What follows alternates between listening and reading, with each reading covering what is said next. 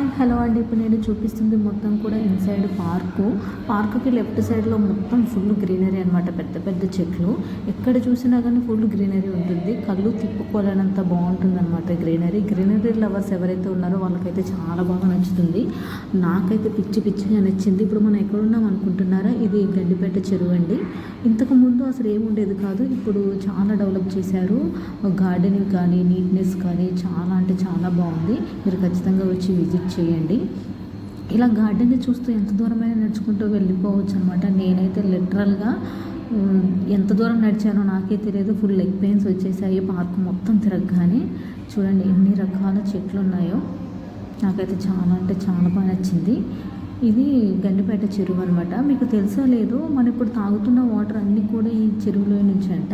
ఈ చెరువు ఎండిపోతే మనకి తాగడానికి కూడా వాటర్ ఉండవని చెప్పారు. నాకు కూడా తెలియదు. మీరు ఎంతమందికి తెలుసో ఖచ్చితంగా కామెంట్ చేయండి. ఇంకా ఆ చెరువు దగ్గర బ్యాక్ సైడ్ నుంచి మొత్తం కూడా ఇట్లా ఫుల్ గార్డెన్ అనమాట. చూడండి చాలా అంటే చాలా బాగుంది.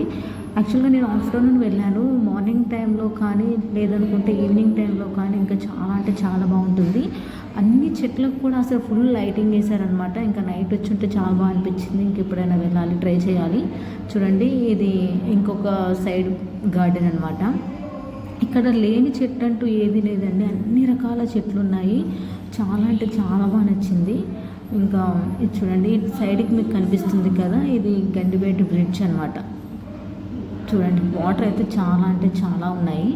ఇంతకు మీకు ఈ గార్డెన్ కానీ ప్లేస్ కానీ మీరు ఎంతమంది నచ్చిందో ఖచ్చితంగా కామెంట్ చేయండి. వీడియో నచ్చితే like and share and subscribe.